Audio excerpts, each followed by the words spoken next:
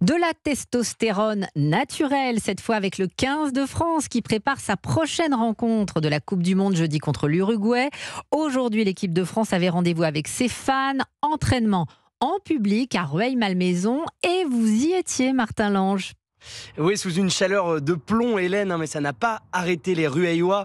Pour la plupart, ils sont venus équipés de casquettes, de bobs et de crème solaire. Ils étaient un petit peu plus de 3000, la limite fixée par la mairie, mais le directeur du cabinet du maire me confiait qu'ils auraient pu remplir un stade de 10 ou 12 000 personnes. Beaucoup d'enthousiasme donc, à l'image de Gaspard, jeune rugbyman, ravi de croiser ses idoles. Beaucoup d'émotions, c'est quand même le top du rugby, ça fait plaisir de les voir, on les voit toute l'année à la télé. Puis ils sont quand même beaucoup plus impressionnants en vrai qu'à la télé. Mais quand on les voit jouer là, on voit que le niveau, la vitesse, bien sûr je vais dire qu'ils sont favoris pour la Coupe du Monde. Puis comme a dit Antoine Dupont, si on faisant un match moyen, on met 30 pions All Blacks, on peut être quand même assez confiant.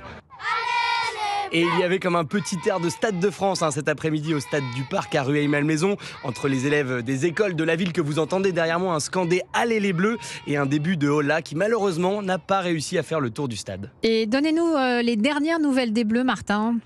Oui, parce qu'il y avait quand même un entraînement, Hélène. Les Bleus ont affronté les jeunes du Stade français et on en sait un petit peu plus sur l'équipe qui devrait défier l'Uruguay jeudi. Seuls 3 titulaires de vendredi dernier contre les Blacks devraient garder leur place. Yoram Moefana, Cameron Woki et Gabin Villiers. Pour le reste, on s'attend à une grande revue d'effectifs avec tous les remplaçants. Les Bleus qui partiront dès demain direction Lille. C'est là que la composition officielle sera dévoilée dans l'après-midi par Fabien Galtier.